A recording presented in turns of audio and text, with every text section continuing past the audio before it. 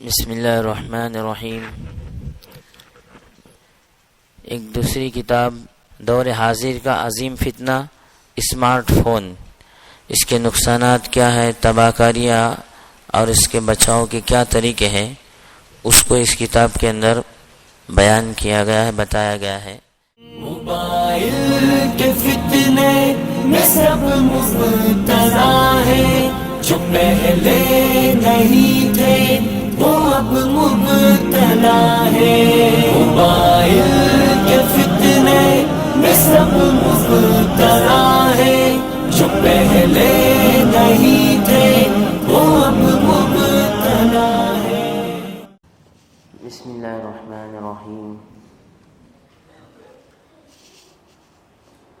جیسے کہ آپ حضرات کو معلوم ہے کہ دور حاضر کا عظیم فتنہ اسمارٹ فون کے نقصانات بتائے جا رہے ہیں، ضرورت پر استعمال کرنے کی اجازت اور سادہ فون استعمال کرنے کے بارے میں بتلائے جا رہے ہیں، اور آگے بہت ساری چیزیں بتلا رہے ہیں۔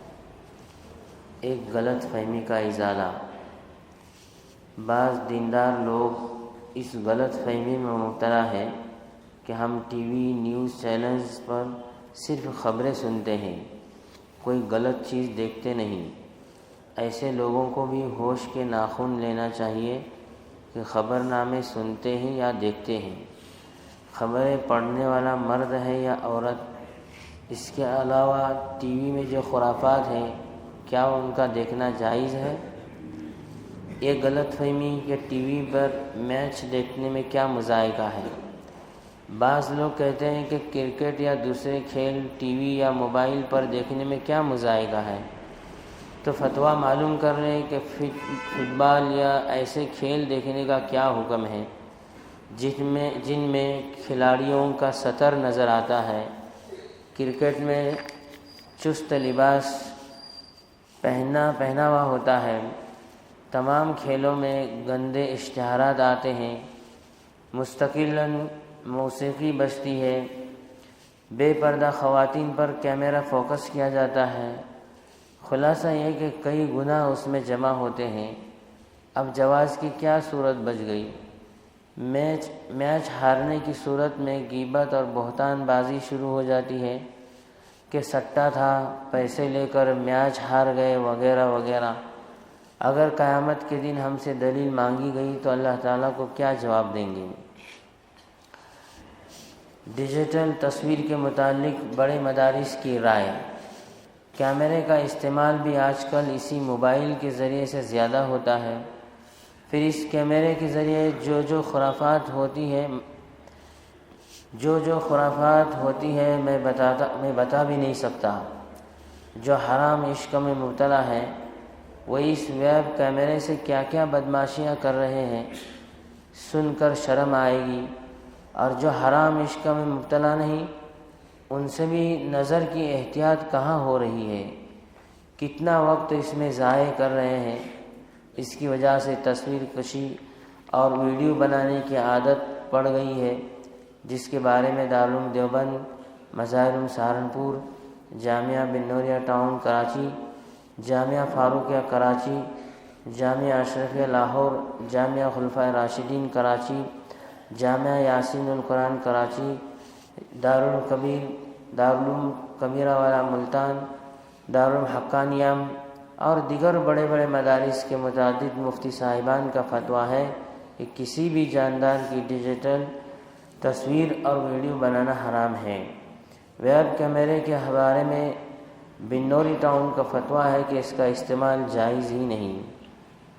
حکیم الامت مجدد ملت حضرت مولانا اشرف علی صاحب تھانوی رحمۃ اللہ علیہ کا ایک اہم ملفوظ: جب علماء کسی فعل کے جواز و عدم جواز میں اختلاف کریں اور کوئی اسے واجب اور کوئی ضروری نہ کہے تو ایمان کی سلامتی اسی میں ہے کہ اس فعل کو ترک کر دے، کیونکہ اختلاف سے دل میں کھٹک ضرور پیدا ہوگی۔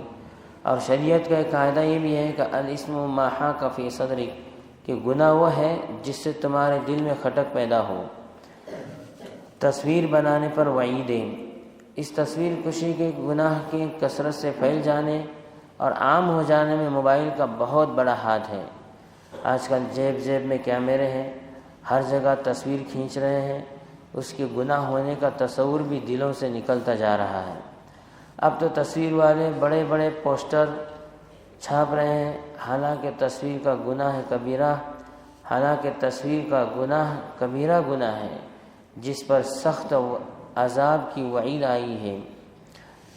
اللہ تعالیٰ نے حدیث قدسی میں اللہ تعالیٰ کا ارشاد ہے کہ اس شخص سے بڑھ کر ظالم کون ہوگا جو میری طرح پیدا کرنا یعنی بنانا چاہے، اسے چاہیے کہ ایک چونٹی، ایک دانہ یا جو تو بنا کر دکھاوے۔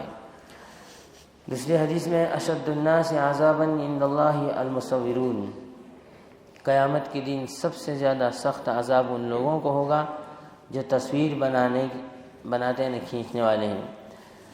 تیسری حدیث میں ہے کہ ان الملائکۃ لا تدخل بیتا فیہ صورۃ، بے شک فرشتے اس گھر میں داخل نہیں ہوتے جس میں تصویر ہو۔ چوتھی حدیث میں ہے جو شخص جاندار کی تصویر بنائے گا اللہ تعالیٰ اسے ضرور عذاب دیں گے، یہاں تک کہ وہ اس تصویر میں جان روح نہ ڈال دے اور وہ اس میں کبھی جان نہیں ڈال پائے گا۔ پانچویں حدیث میں قیامت کے دن دوزخ سے ایک گردن نکلے گی، قیامت کے دن دوزخ سے ایک گردن نکلے گی، یعنی آگ کا ایک ٹکڑا گردن کی شکل میں نمایاں ہوگا، جس کی 2 آنکھیں ہوگی جو دیکھے گی، 2 کان ہوں گے جو سنیں گے، اور ایک زبان ہوگی جو بولے گی۔ وہ کہے گی کہ مجھے 3 لوگوں کے اوپر مقرر کیا گیا ہے، ہر سرکش ظالم پر، ہر اس آدمی پر جو اللہ کے سوا کسی دوسرے کو پکارتا ہو، اور تصویر بنانے والوں پر۔ تصویر دیکھنا بھی گناہ ہے۔ چھوٹے معصوم بچے کے نہاتے ہوئے بغیر کپڑوں کی تصویر کھینچ لیتے ہیں۔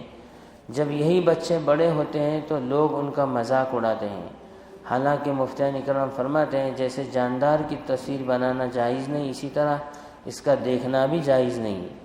ماں کو اپنے بچے کا فوٹو کھینچنے کا زیادہ دل کرتا ہے، ماں کو اپنے بچے کا فوٹو کھینچنے کا زیادہ دل کرتا ہے تاکہ وہ نانی کو بھیجیں گی اور خالہ کو بھیجیں گی۔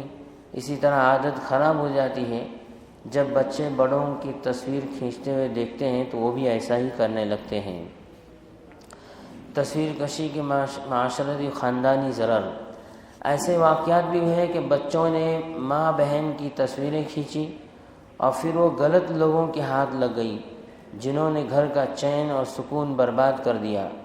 چھوٹے ناسمجھ بچوں کو موبائل فون دے دیتے ہیں کہ اس پر ویڈیو گیم کھیلو، پھر فوٹو کشی شروع ہو جاتی ہے، پھر فلمیں دیکھی جانے لگتی ہے، پھر بڑھتے تصویر اور ویڈیو دوسروں کو بھی بھیجنے لگتے ہیں، گناہوں کو مزید پھیلاتے ہیں۔